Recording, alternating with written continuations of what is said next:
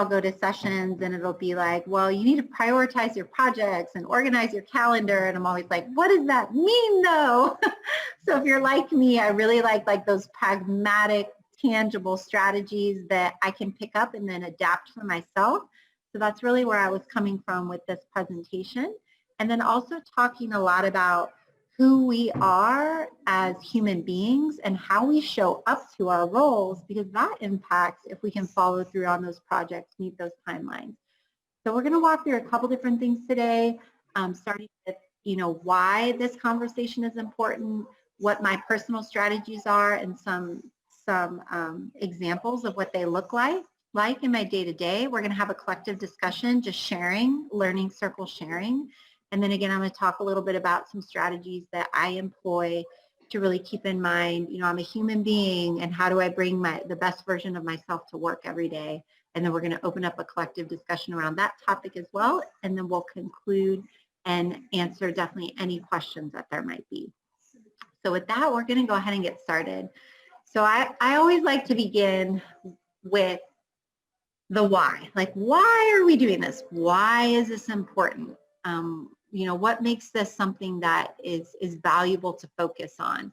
And so I tried to outline here when I think about, why I want to follow through on my projects, why I want to meet those timelines. These were just my tangible responses to that question. So I encourage everybody to reflect on this question as well for yourselves. But for me, it definitely starts with our students. And sometimes it is easy to lose sight of that, especially when we're overwhelmed, right? And the work doesn't stop. It only, you only get more and you still haven't even finished what you had before and you're kind of in this overwhelmed state. But I always remember that it's about our students and it's about our community and it's about serving them in the best way possible. And I think it's also about serving one another in the best way possible. So our colleagues, and how do we engage with them? How do we connect with them? How do we communicate with them to, complete these projects that are multifaceted? And then again, being the pragmatic one, it's like if you're asked to build a car, which I know absolutely nothing about building a car, but if you're asked to build a car, you have to have the right tools to do that. Like you need I probably should have picked a better example here, but you need your, drills and screwdrivers and all those different tools if you're going to be able to effectively build that car.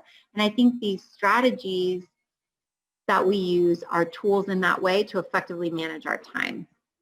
I also think that in the community college world, it's distinctly unique from maybe like the four-year space where I also was for a little bit, where we are wearing multiple hats all the time. And I'm going to encourage y'all to come off mic and say, yes, oh my goodness, like that's my life, like where we're just flipping them on and off and on and off. And we're doing a little bit over here, a little bit over there, and just moving through these like multiple demands on our time. And then I think it's also important that, again, for me, honoring my word. So if I say, hey, I'm going to work on this project, or I'm going to do it by a certain time, that I follow through on that verbal commitment that I've made. That's just something that's important to me. And so what can I do then to ensure that I honor my word? And then, feeling that sense of fulfillment in your role, because I know when I'm not completing projects or I'm struggling, like you don't always feel like you're doing your job in the best way possible, and you don't always feel that fulfillment. So then again, I always flip it like, okay, well, what can I do to get back on track so that I can feel, fulfillment, and then also feeling that sense of accomplishment. I think as human beings, having that to-do list and being able to say we've completed it is really powerful, but because of the complexity of the projects and the complexity of the things that we do, we don't always get that opportunity to kind of check the box. So I'm going to talk a little bit about, different strategies where you can look at that.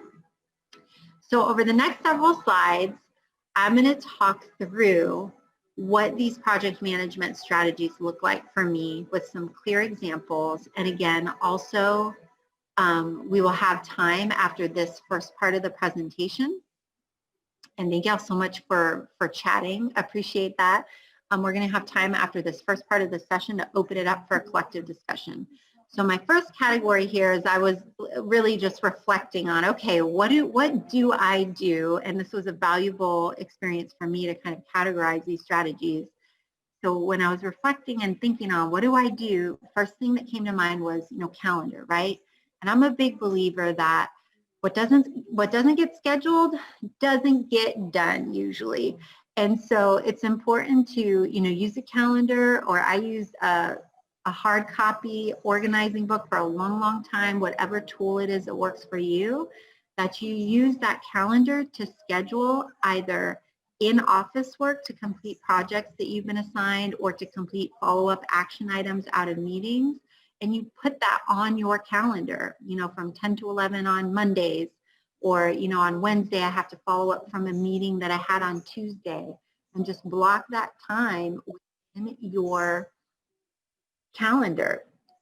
And then also scheduling those meetings, but not just meeting to meet, but scheduling meetings with clear outcomes to move projects forward. So again, I gave a couple examples of each of these. So one of the worlds that I'm living in right now is SAC COC compliance certification. So I have to schedule in-office time to actually review feedback that we got, incorporate it into my sections that I'm writing. And if I don't schedule that time, I don't get to it, and it doesn't get done. And then in terms of scheduling the meetings with the clear outcomes, reviewing data to discuss how many health screening locations we're going to have for spring 21 to determine staffing. So it's a session that we have to come together to talk about, but I was really clear about what do we need ahead of time to have a productive conversation, and what are we trying to decide in terms of that conversation. So just think about, when you need to complete your work on your own versus when you need to collaborate with colleagues to assist, and then what kind of venue do you schedule in office work or the meetings. So what I also try to do, but I'm not the best at this, but what I do try to do is to schedule prep time at the beginning of the day, so like 8 to 8:30 or 8 to 9, and wrap up time at the end of the day, 4:30 to 5 or 4 to 5, whatever your schedule is. So if you're working, maybe 11 to 8 or 10 to 7, just at the beginning of your day, using that time to set your priorities for the day, but also set your intentions for the day and kind of the mindset that you want to bring to your day. And then at the end of the day, just organizing yourself for, okay, what all got completed today, but what still remains, and then calendaring those or scheduling those action items that need to be completed at the end of the day. That way they don't get lost. So that's something that really helps me. And it also helps me, for someone who doesn't like to have projects incomplete or no, I have outstanding action items, it helps bring me peace of mind and kind of pull down on that anxiety that I feel when my to-do list is really long. It's like, okay, I've got it scheduled, I've got it written down, and I'll address it, tomorrow, the next day, or whatever. For those who are working in, larger departments or larger areas, or you have really, really complex schedules, I've also found that just hosting office meetings, or if you have teams that are navigating multiple projects, I found that hosting office meetings, in person, now of course via Zoom, to actually go through and review calendars and review the conflicts more than anything, and just spend that time in person walking through it versus trying to go back and forth on email. And I found that's helpful. I don't know if y'all are like me and you get 3 invites at the same time, and you're like, last time I checked, I can't turn myself into 3 human beings. So how are we going to tackle this? And then the other piece too that I'll do is if I get a huge email request, right? So how many people have gotten these massive email requests that come with a lot of work? And it's like, I can't just respond to this quickly. I put some in-office work and I'll attach the email into that in-office work. That way I can kind of clear it out of my inbox, but still have easy access to it at the time when I'm going to be working on that project. And that's just something that, again, kind of helps with my peace of mind. So that is category 1, calendars. So category 2, I talk a little bit about, just for me, just the to-do list, right? Because I am a list action item. Yes, ma'am. Is there a question? Yeah, could we go, well, there's no questions in the chat, but there was a lot of information in that slide. I wonder if we could go back and see if anybody has any specific questions about some of your tactics? Absolutely. Yes. Thank you so much, Julie. So yes, so let me pause. So any questions and about what I've muted, shared? right? Yeah, sorry. Everyone's muted right now, so you just have to unmute yourself if you want to go ahead and ask questions. There is a question in the chat. Can you elaborate on office work for email requests, the last option? Okay, yeah, definitely. So I'm trying to think of I'll give you an example. So I got an email that was asking me to do like 3 or 4 different things around our CARES budget. I had to provide them the budget for the remainder of our grant. I had to provide them any expected expenses that are not already covered within the CARES grants, what kinds of gaps that we have, and then I had to provide them what expenses we've had year to date. So that is an email that I cannot just respond to easily and say, oh, yes, no, or this is the process, or, here's the spreadsheet. That's an email where I need time to prepare to be able to respond to it. So what I'll do is schedule time on my calendar from like 9 to 10 on Monday, and I'll say, okay, work on the CARES grant and pull the expenses, pull the budget, and then project out the gaps that still remain. And then I'll just copy my email out of my inbox and I paste it into that calendar invite, and then I save it. That way I have the email right there when I go to do the work, and it's just easy in one place, and I'm not searching through a bajillion, gazillion, million emails trying to find that one that I'm supposed to be working on, and then I've lost 5 or 10 minutes because I can't find the email. Does that help clarify that question? I think Vahid? Yeah. Mm-hmm. Okay, well, don't hesitate to chat if there's more clarity there. Okay, great. And then Nicole had a question. Did you see that? I don't know how to use in-office work. Okay, so Nicole, all that I do on my calendar is I just create an appointment, but I don't invite anybody to it. So in Outlook, you can create a new appointment. You can title it however you'd like. And I just save that appointment, but instead of like inviting attendees or to the meeting invite, instead of inviting attendees, I don't invite anyone. I just save it on my calendar. Does that help answer that question, Nicole? And I know Amanda has her hand raised too, or Holly, excuse me. Yes, it's a reminder to yourself, and it's dedicated time. Yeah. That's the thing, it's dedicated time, because otherwise it just slips through the crack.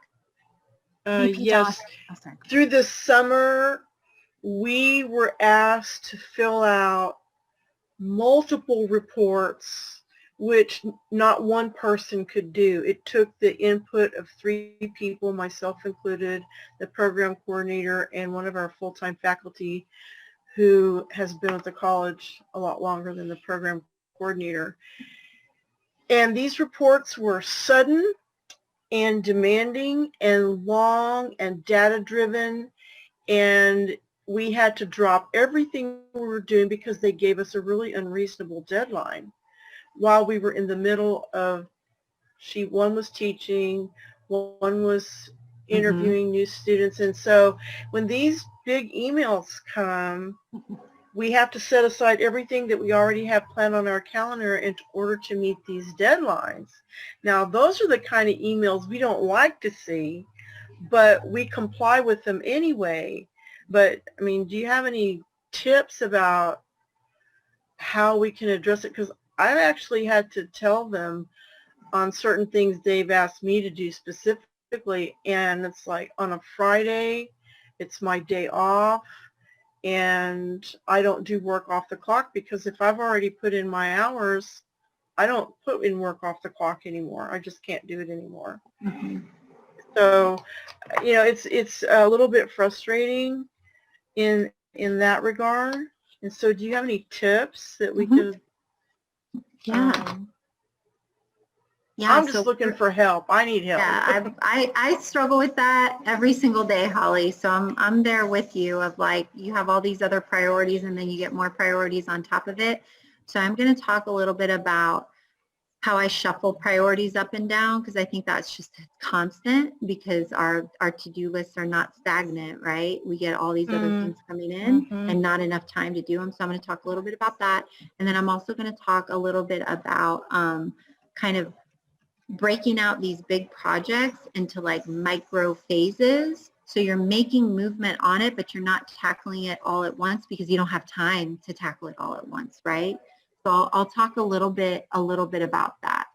I also wanted to bring up, thank you. I also wanted to bring up a comment that Sylvia Phillips made, because she's faculty. So, I mean, I feel like some of these tips are definitely relevant to managing the work of a faculty member too. So just to keep that in mind as we move forward too. Yeah, definitely, Sylvia. And I know, I work, 8 to 5 or, 10 to 7. So I have them more kind of traditional, but I know, like, I'm looking at Lydia, who works a little bit of everything all the time because she has night cohorts going and everything. And I think the intent, like, I just put the times as examples, right, again, because I'm all about like tangible strategies. What does this mean? But if you're, 16-hour day and you're starting at, maybe 7 in the morning. I know some of Lydia's classes start at 8, so her staff and her are on site at 7, and they're going until 8 at night. It's just a sense of like, okay, so maybe from, 7 to 7:30 or from, 8 to 8:30, kind of those bookmarks for your day was in essence what I was sharing, just to set your intent and then wrap up and figure out what you have for the next day to address. But really good questions. Thank you. And then Janelle, you have a comment? Yes, or actually, I don't know if it's a comment, but I just want to give kudos to you, VP Dawson, not only because I'm from PAC, but because of the fact that, so I'm an approver, right, for P cards. And one of the great things that VP Doss did was she had her budget office send out the due date reminder. And it was helpful because I did, I used to look at that cycle calendar we would get and I would flag it on top. But of course, just knowing that that's a helpful reminder, of course, approving timesheets, approving P cards, approvals. So another thing also that I believe your office does, and I think it's best practice that we did too, is as you mentioned in item 3, hosting meetings with the team. What I started doing with our team is on Mondays, we kind of look at what we have for the week. On Wednesdays, it's our midpoint, what have we got done? And then Friday, it's our closing. What have we got done and what do we need to carry over to the next week? It has been beneficial, along with knowing that we color coordinated. You know how there's categories on the Outlook calendar? It's very helpful because what we've done for us as a reference tool is knowing that if I'm in if it's red, that means that item is critical. So like we put our own, as a team, we identified the colors for our own team. So we say, okay, if we're in red, then okay, that means this. And then also for myself, since, I told the team, pick your favorite color. So my favorite color is yellow. I said, okay, then I'm gonna say Janelle's items are in yellow, meaning that I'm working on everything that I committed to for my team. That is my hour each hour. I have an hour each day to try. And in a perfect world, I wish I would, as you know, right? But I don't. But to that point, I love the fact that you set up those calendar reminders. Thank you. And then also being able to personalize the categories has been a beneficial tool. So that way we know like what's priority, what is, what is critical importance, whatever we named it, and we have different namings of it. It kind of has helped us as well. Great, thank you so much. Thank you, everyone. I think we should move on. Yeah. So all of this brings up so much for everyone. I know we're all, like I said, we're all wrestling with it, myself included, y'all. Like I don't pretend to have all the answers. These are just things that I've collected and created and learned from my colleagues. So yeah, so next up we'll hop on over into to-do list. So kind of what Janelle was sharing, what does help me is if I review my calendar. So on this Friday, I'll take a look at my upcoming week and I'll determine what are my priorities, what does my calendar look like, or what does maybe my teaching load look like, or my class schedule look like, what responsibilities do I maybe have for committees or service to the college that I need to accomplish in the coming week. And again, it just helps me kind of get that peace of mind to close out my week on Friday, but be prepared and ready for my coming week. And then, like we talked about, the to-do list, it changes and it evolves. And what I try to do, being very, very task oriented and wanting to honor my word and have quality projects, is to just remind myself of the grace and patience that I need to give if I don't get to all of it. Because I don't think any of us, the one thing I love about, PAC and the Alamo colleges is everybody is so dedicated and so hardworking. And I know there was a chat about, faculty staying up until 3 or 4 in the morning. Like, we want to do well. We want to do right by our students. So I take an abundance of grace and patience. I celebrate the wins when I have them versus focusing on, what hasn't happened yet or what I still have to do. And I try to just have that kind of mindset when I approach my to-do list, and it helps me keep going instead of feeling defeated. So I just share that as kind of like a mental strategy that I do utilize. And then again, like we were talking about a little bit before with Sylvia, what makes a priority, right? And they're constantly shuffling. And so I do a combination of, is it a core function like our accreditation? Who is the requester, right, Holly? Who's requesting it? Because if it's, I put the board, but if it's our president or a supervisor, it's something that we have to weigh in. And then finally, what is the deadline? Is it something this week? Is it something next month? And I'm just constantly kind of shuffling up, shuffling down what those priorities look like. And then what I also try to work on is to organize my action items so that I can access them really easily. So is it adding a list in your calendar? Is it keeping everything in one notebook? Is it having a whiteboard, or is it emailing yourself? So if you have, all these meetings, or you have, service to the college, or you have commitments for your class, or you need to do grading, or you need to enter midterm grades, what does it look like to keep track of what those action items are? And so what I try to do is if I have like a meeting and I have 3 things that I need to do, I put those tasks, kind of like the same concept as in office work, into my calendar, and I just write them out, like schedule that meeting, send that report, follow up with HR, whatever the task is, and I put that at the end of the day and try to do that in my closeout time for the day to then wrap up those action items. And then longer term commitments, I put on a whiteboard in my office. I have a whiteboard now in my at-home office, but so longer term commitments I'll put up on the whiteboard so it's as visual, but it's not necessarily something day to day. And an example is we're renegotiating the contract with City of San Antonio with the natatorium. So I think it's a matter of how do you organize, what those items are and what works for you. Those were just a couple examples. So that is category 2 and to-do list. Do y'all have questions about that particular category? And I see a little bit in the chat, I think about strategies, right? Color coding. This is very exciting. Okay, so we'll go ahead and move into... Sounds like you've become kind of a master using Outlook, and you're using the task lists in Outlook to organize your to-do list. Yes, which is helpful. And I know for me, I do like to write out, like there's something about writing out that like helps me process and remember. So I also have like a little notebook that I use where I collect notes from meetings that I know I'm going to need to reference back to later. When you write in your notebook, do you just write the things that you have to do, or do you also write information that you're getting from the meeting? Both. So I try to do a summary as like my context, but then at the bottom of the page, I'll put like what my action items are out of it. Yeah.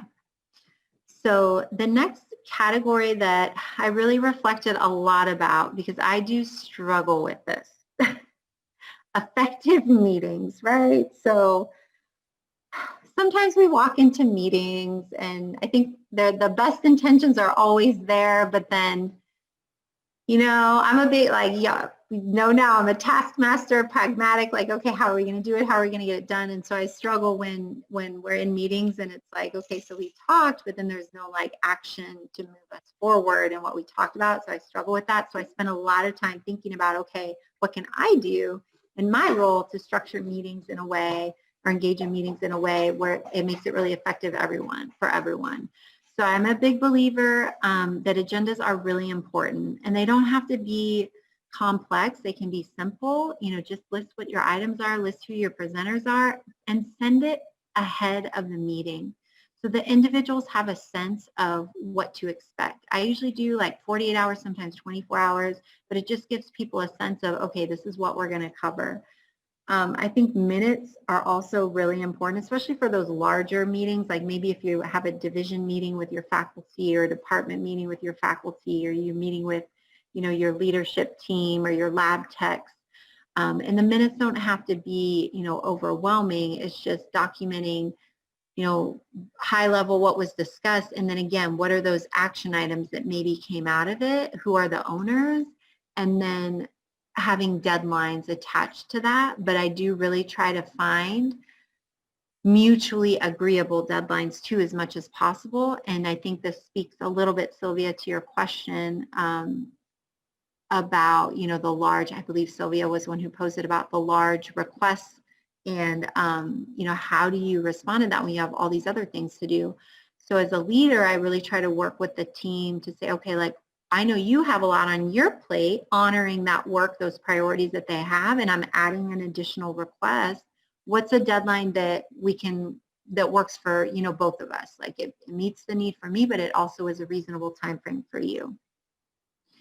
What I'll also do is review the minutes at the beginning of each meeting and just refresh everybody on what those prior discussions are and what the prior action items are, because I do think we have a tendency to forget. Again, we're in the community college space. We have a lot on our plates and work, and we're human beings, and we have lives too, and we have, families or caregiver duties or different demands and pulls on ourselves. And so there's a lot of thoughts in the brain. And I think the more we can refresh and remind, it just helps kind of level set everybody at the beginning. And then I think what's also important in meetings is to balance the agenda with giving space for recognition, honoring, emotions, and celebrating those wins. So if you're meeting with your faculty members or your department chairs, appreciating them for the work that they're doing for those nights, until 3 or 4 in the morning, and honoring that you see their commitment to support our students, and maybe they got all midterm grades in, or they, had an awesome student testimonial that they really saw the impact they were making, just taking time to celebrate what those wins are.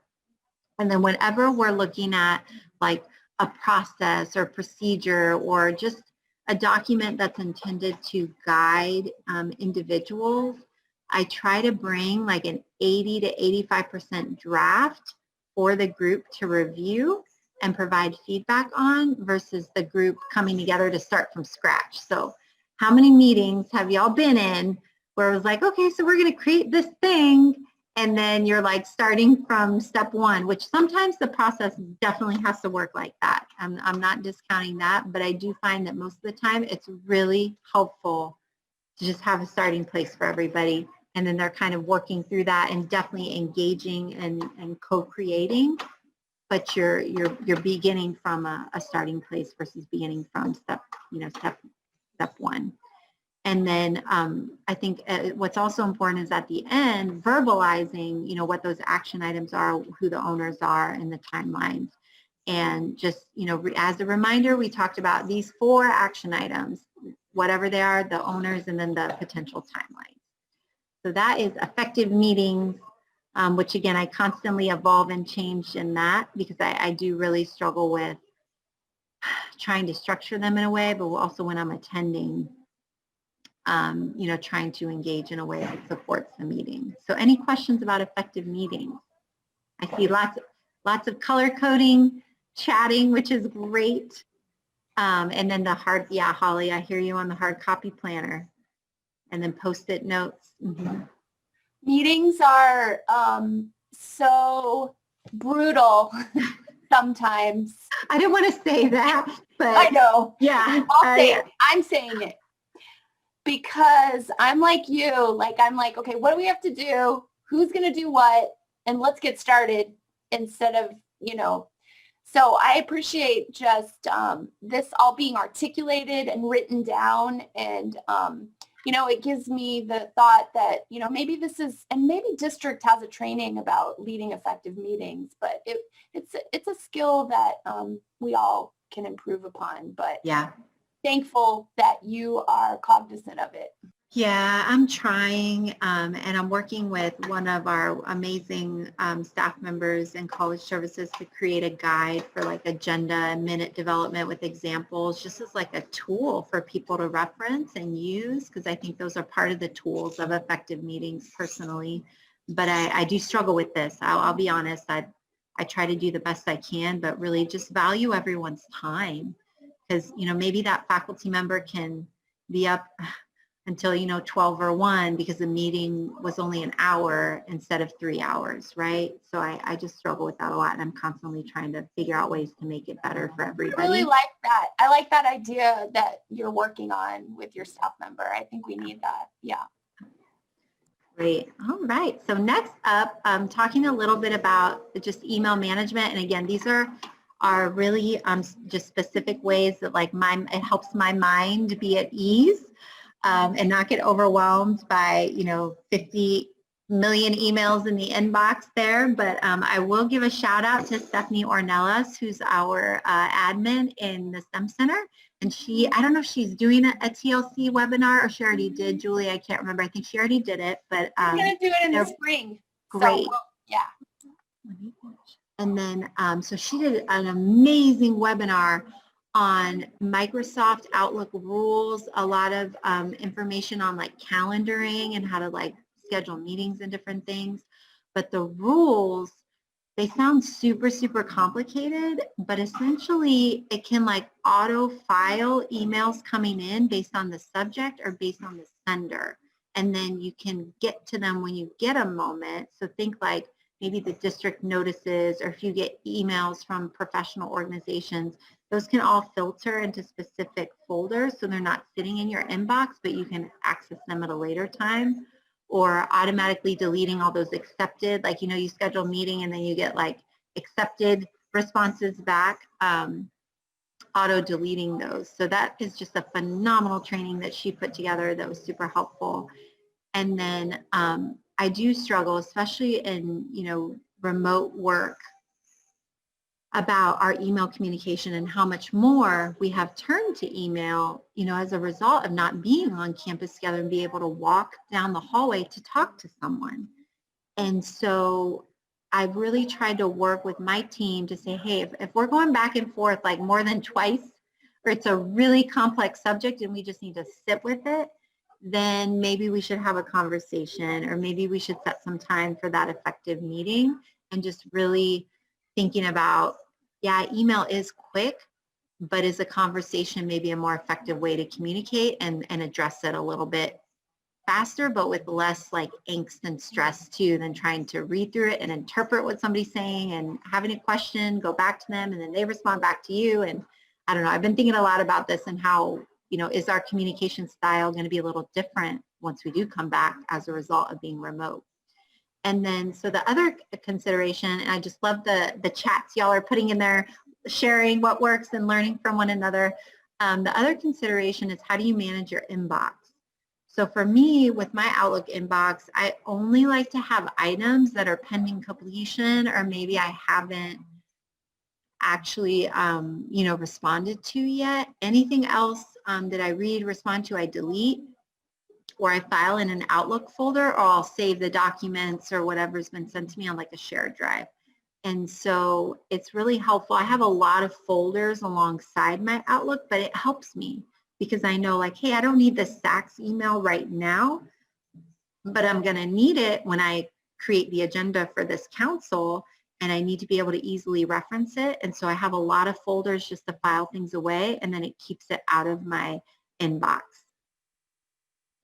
So just a couple lessons learned with email management. So any questions about that? Any questions about email management or other items that have come up as we've been going through the presentation? On the email management, when you're talking about saving something on a share drive, do you mean that you save the email as a PDF or something? Or the document. It depends. Sometimes I'll just save the whole email, like if it's from Department of Education and they're putting formal guidance in the email, I'll save the whole email as a PDF, or I'll save the document as on the share drive, or like on your, if you have a desktop drive, doing it that way, and it just helps keep things kind of cleaned up, and then you can find your. Yeah, thank you, Catherine. I also wanted to mention that the inability for faculty to have informal discussions in the hallway is very difficult, because a lot of planning happens with your colleagues, you know, when you're yelling across your offices to each other, Yes. or you're hanging Walking out down the hall. So that's something that's completely lacking right now for faculty. Yeah. Yeah, I've been, yeah, like I had shared, I've been struggling a lot with that, and just seeing so much volume come through this impersonal, what I think is impersonal mode of communication. And how do we overcome that? You know, how do we overcome that? So I try to give some guidance to the colleagues I work alongside of like, hey, if it's more than 2, call, you know, pick up the phone and call. So still working through exactly what that looks like, but trying to navigate in this new environment. So the final category for the project management strategies is a little bit of everything else. I always have miscellaneous folders. This is kind of my miscellaneous set of strategies. But, and you heard me reference it a little bit, I think developing office procedures or guides or reference guides is helpful, again, when appropriate. I think this is kind of more on like the staff administrative side maybe, but maybe for the admins who support faculty, creating those guides. So your time, especially if you're in an office or you're in an area where you're answering a lot of questions for individuals, or you're helping guide a lot of questions, it's helpful to provide those individuals the opportunity to learn and understand the process, and give them a guide that they can reference. That way your time is not necessarily spent answering those foundational questions that are like pretty straightforward. If something's complicated, like I think about, you know, P cards as an example. If something's really complicated and you have a glitch, yeah, definitely, you know, give a call to the business office. But if it's like a straightforward, like how do I upload my report? How do I input this? Having guides that people can reference is really, really helpful. Again, and then your time is not necessarily spent answering those foundational questions, but on, you know, all the other projects that you have going on, or creating cheat sheets for yourself that you need, like maybe to navigate Canvas or to navigate Banner. That way you're not trying to remember how to get in and out, or, you know, what particular screens that you need. I think the other thing too that I try to work on is thinking about, okay, in a year, you know, maybe it's fall semester, spring semester for our faculty. Maybe it's, you know, September through August for our staff or administrators. What are kind of those cycle of commitments that you know are pretty recurring, right? Because there is some sense of consistency in some ways in our schedules and kind of the things that come around. So we know registration for students opens in April for like the summer and the fall as an example. So what kind of prep do we need to do for registration to be ready to support our students? Or we know performance evals are in October or December, excuse me. So let's start to talk about it and discuss it and calendar it in October. And it just helps get into kind of standing proactively versus like reacting to what comes our way. And I know this is difficult. I know it is. I think the nature of the work that we do in community colleges is that it just is ever growing and changing, and you don't always know, especially in pandemic life, what you're going to need to do or how you're going to need to do it. Like there's only so much planning that can occur. But can you maybe account for 50% of it? Or can you know 60% of it? So that way there's a certain set that you can map out and be ready for and schedule maybe, you know, some dedicated time around. And so not everything coming at you is something you feel like you're reacting to. Or I think it reminded you of Sylvia or Holly about the huge request, and like you had all these other things that you were working on.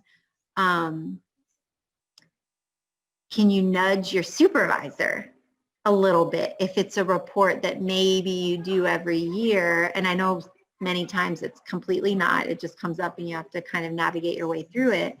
But if it's something maybe that comes around every year, but you need your supervisor's assistance or support in it, maybe calendaring with them 30 days ahead of when it's due, so you have time to incorporate their feedback versus it gets to them maybe a week before, they have a ton of feedback, and then you're trying to put it together at the last, like, day or 2 days of the cycle. So am I explaining that clearly of like trying to map out, get in that proactive stance? I was wondering if, specifically, thinking about the September to August cycle, are there specific times or when during that cycle do you pause and plan and calendar those yearly things, and how many times do you do that in the cycle? Do you do it twice, or do you just sit down in August and do it all, or? That's such a good question. So I work really well in like the semester time frame. So I'll usually do August for fall and December for spring. Well, August trying to map the whole year, but August for fall and December for like spring refresh if I missed anything. But I will say it's hard to pull out of the day to day to find that time to plan. I feel like y'all can relate to this. Is like there's so many things going on. There's so many students who need help. There's so much grading to be done. But then how do you balance that with time to plan your your class schedule or how you're going to deliver your content? It's difficult, but I think it's worth maybe pushing those day-to-day activities out a little bit more and just giving yourself that space to kind of plan and organize for the coming semester. Yeah. So the other thing is just organizing folders so that you can find things and don't just have one massive folder where you throw everything in there because it can get lost, and just breaking it out so you can organize things. And then the other piece, I talked a little bit about this, was micro steps to larger projects. You have a massive project, right? And sometimes it's like, this is due tomorrow, so that's not helpful. But you have these massive projects, and how do you map out smaller tasks to accomplish the overall project? And how can you maybe develop phases that break out that larger project? So I give an example of, we're in the throes of SAC-COC compliance. We have to write to this procedure, or the standard, excuse me, and I have so many things I have to prep to be able to do that, but I break it out of like, okay, first I'm going to do the substantive change procedure. Then I'm going to make sure I have the minutes for the committee that we're going to need, and then I'm going to respond to the standard. And I find that like breaking it out makes it not as overwhelming, and it also, again, gives me that sense of accomplishment. Like, okay, I'm making progress, and I'm not paralyzed by how much work I have to do. I get started on what I can in that time frame, in that moment. Do you write down those micro steps? Yeah, I'll usually do that. That's where I'll use the in-office work. So I'll schedule like what the item is I'm going to do that week, and then schedule the next one, or I'll put in that particular in-office work my other 3 steps I need to do. That way I also don't have to keep it like up here in my brain where it's likely to get lost. I can just write it down, release it, and I know I'll get back to it when I give time to that particular project. When you're brainstorming those micro steps, do you first write them down in your notebook? Usually. Yes, because I'm a big writer. And so, yeah, sounds like prep for cooking a gourmet meal. Thank you, Holly. I love that analogy. Yes, because when I write out, I just find I process and I understand a little bit better. So I'll do that to kind of think about, okay, what do the micro steps look like? And then I'll put it into my Outlook calendar once I figure that out. And then finally, and Janelle talked a little bit about this, I'll put reminders in my calendar, either for myself or my team, of just like deadlines that are coming up. So like, oh, we got to submit unit plans or unit goals to the VP, or midterm grades are due, or final grades are due, and I need to start working on them. Or, you know, we have these other kind of long-standing deadlines of responsibilities to the college. And I'll put just reminders in my calendar, and I also send out the invites, which was what Janelle was talking about. It just reminds everybody, and it doesn't get lost in the shuffle or the shuffle of the emails, right? Oops, sorry. So any questions about the everything else miscellaneous category, other than we're now all hungry because Holly's making us think of gourmet meals. Okay, so we can go ahead and we've had like really, really good conversations.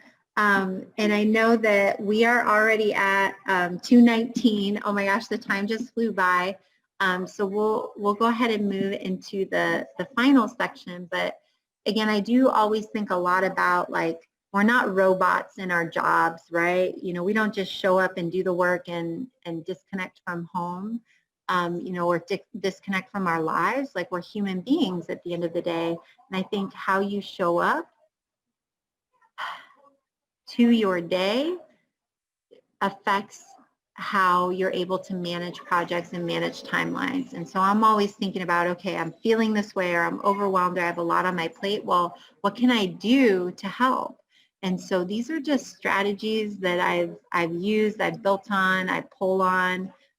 They're not the end all be all. They're just things that have helped me kind of maintain that positive mindset and that motivation. And so I have, you know, a whole morning routine with devotionals, meditation. I do journaling and reflection.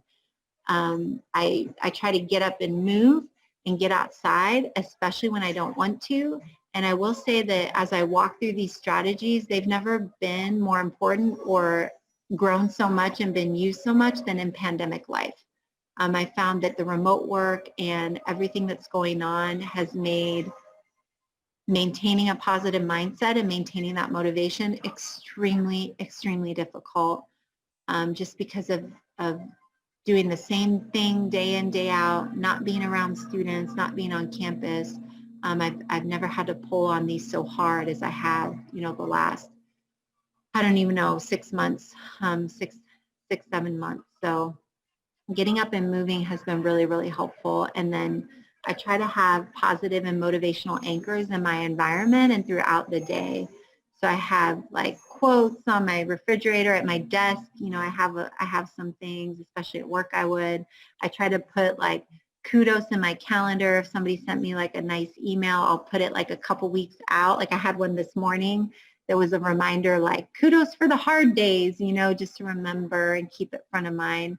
And then I follow on social media, you know, just encouraging things. And some of my favorite quotations are included in there. And then providing appreciation and gratitude to other people all the time, especially when I don't feel very appreciative or grateful.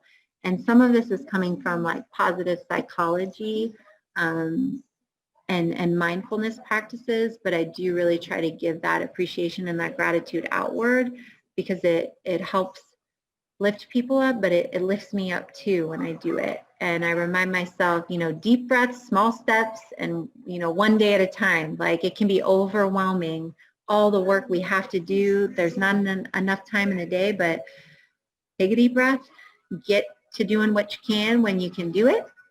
And, you know, remember to celebrate those wins versus, you know, we have the tendency to focus on everything that doesn't go right, especially me. I'm the first one to be like, I should have done this, I should have done that. What about this? I didn't do that. And so I've tried to really flip that mindset to be like, but you know what? I did this and I did that. Or I got up today, I didn't get through everything I needed to, but I got up today and I got to what I could do. And then finally, I think, you know, looking for the good, it can always be found. And this was something that my grandmother impressed upon me, that when we wake up, we decide how we're going to approach the day. Are we going to look for the good, or are we going to look for the bad? And that's just always stuck with me. My grandparents were a large part of my life, and that was something that my grandmother always taught me. And so, again, I wanted to have a discussion. I know we're out of time, almost out of time, but let's spend maybe 3 minutes. If y'all want to share, I definitely see some things coming in the chat.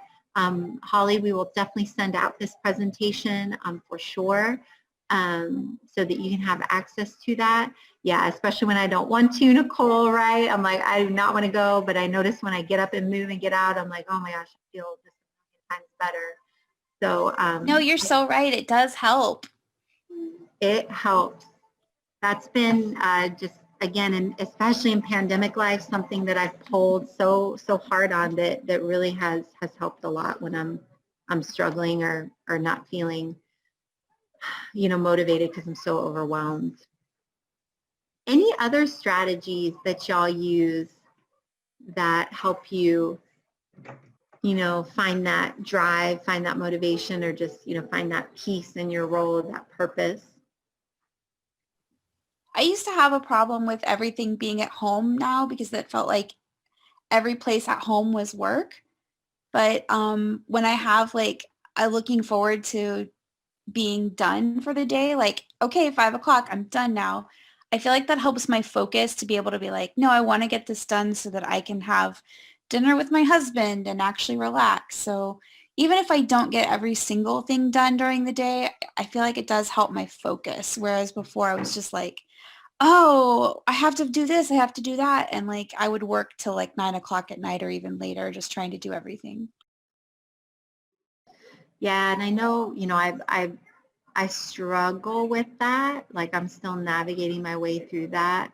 And it's hard. I do find that closing out my day and calendaring in the in-office work or whatever for the next day, what needs to happen, has really helped, because it's I'm not disregarding it. I'm not ignoring it, but I'm not spending, 4 or 5 hours at night when I want to be with my family doing work, right? So I really appreciate you sharing, Nicole. That's extremely powerful. Thank you. So we'll go ahead. I had included in the presentation just some different resources that, again, have helped me as a human being. Not even necessarily, I didn't even include all the leadership resources that I've accessed at Alamo colleges. These are more just for me, things that I've used, people that I follow.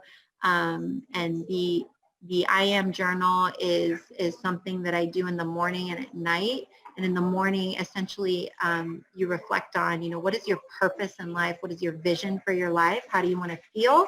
And then what are you going to do in your day to fulfill that vision, fulfill that purpose?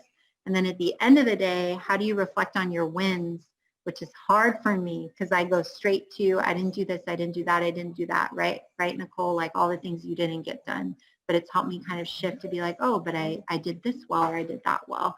And then I'm an avid reader. I've been an avid reader since I was a young child. It's been a huge part of my life, so I'm constantly reading. And this is just kind of a collection of things that, a little bit of everything you'll see that I refer to, I read, and then I process and figure out, okay, how does this, maybe apply into my life? And just a lot of different resources and classes that I pull on that have helped me continue to bring the best person that I can to work every day, and then be able to serve the students in the best way possible and complete all those projects. And then finally, just life mottos that I live by, again, to bring my best self to work. And I think when you're on your path and we're doing this good work, the universe conspires to help you. I think sometimes we just got to jump in, can't overthink it. And my grandfather always taught me, you learn more by observing than speaking. And finally, whatever you do, work at it with all your heart. And these, again, are just some anchors for me to bring the best version of myself to work every day. So again, I can serve my colleagues and serve our students in our community. So that concludes the presentation. I'll open it up for any just final thoughts or sharing. I know we had a little bit of time at the end for conclusion, but just want to open it up to the group if there's any other final thoughts you'd like to share, any other questions. Stop share.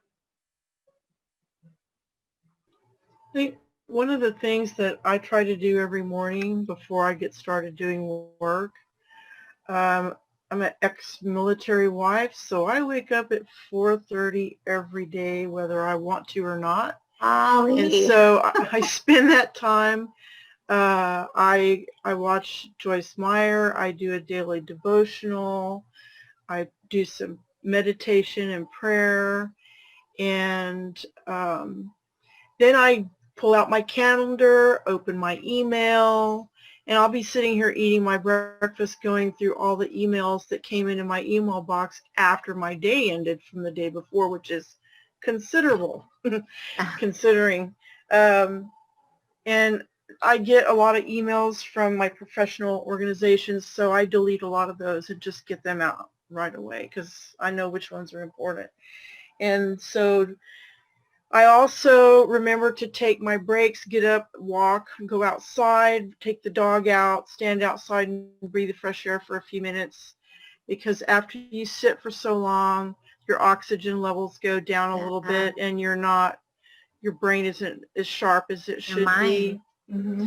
And I take, since we're at home, I take a little bit extra long lunch and I work a little bit extra to make up for however long I take. It's usually an hour and a half. And sometimes I just lie down flat on the floor and just feel the, become one with the earth. Be still, yes. Yeah, I understand that. Yeah. And then at the end of the day, I don't think about the things that I didn't get done. I just take my pen and draw an arrow to the next day and put a big circle around those, because that's what's going to start my next day, and everything falls underneath of it. So eventually you get everything done by the end of the week, and I don't recuse myself for things that I didn't get done, because that is not helpful at all. It creates,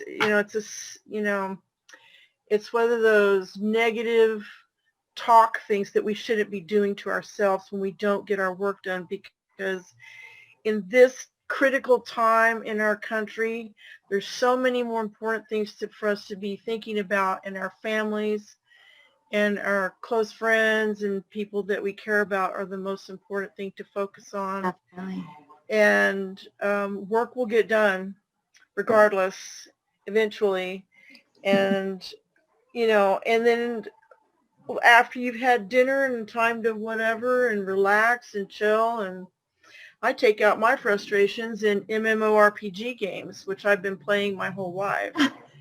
And so I'm just in there killing monsters and, evil creatures. And so I don't do those ones where you're actually killing humans, because I think that's a little morbid for me.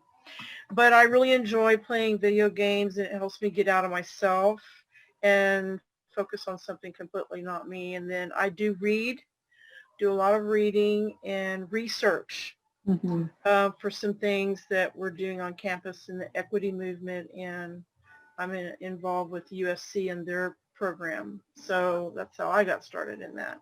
Yeah. But the number one thing to remember is no, self-deprecating comments to oneself in your mind. Oh, shoot, I didn't get that done or whatever, because it doesn't help to do that to yourself. And, and you have to praise yourself for the work that you did get done, like you're saying. Yeah. And, hey, I did this and I did this. Instead of looking at the glass half empty, look at the glass half full. Definitely. And that's it. Well, thank you so much, Holly, for sharing. Thank y'all so much for attending. I'll turn it over to Julie for our closing comments, but just grateful to each of you for being here. Thank you. Yeah, I just wanted to say that this is a real, you guys are very fortunate to get inside the brain of Catherine Beaumont, because she's, a really amazing person. She's very positive all the time. If you're, and she uplifts other people. And it's very hard to tell if she's even struggling, because she is so she fakes it till she makes it, I guess. So we're really lucky to have spent an hour of her time with her. And I really appreciate all of you attending the PAC TLC webinar series. So I'll follow up with an email on Monday with a survey. You can give Catherine some feedback, and it'll have her PowerPoint presentation. And we'll post the recording of this session on our YouTube channel. So thanks again, and have a wonderful afternoon, a good weekend. Thank you, Catherine, very, very much. Thank y'all so much. Take care. Okay, bye.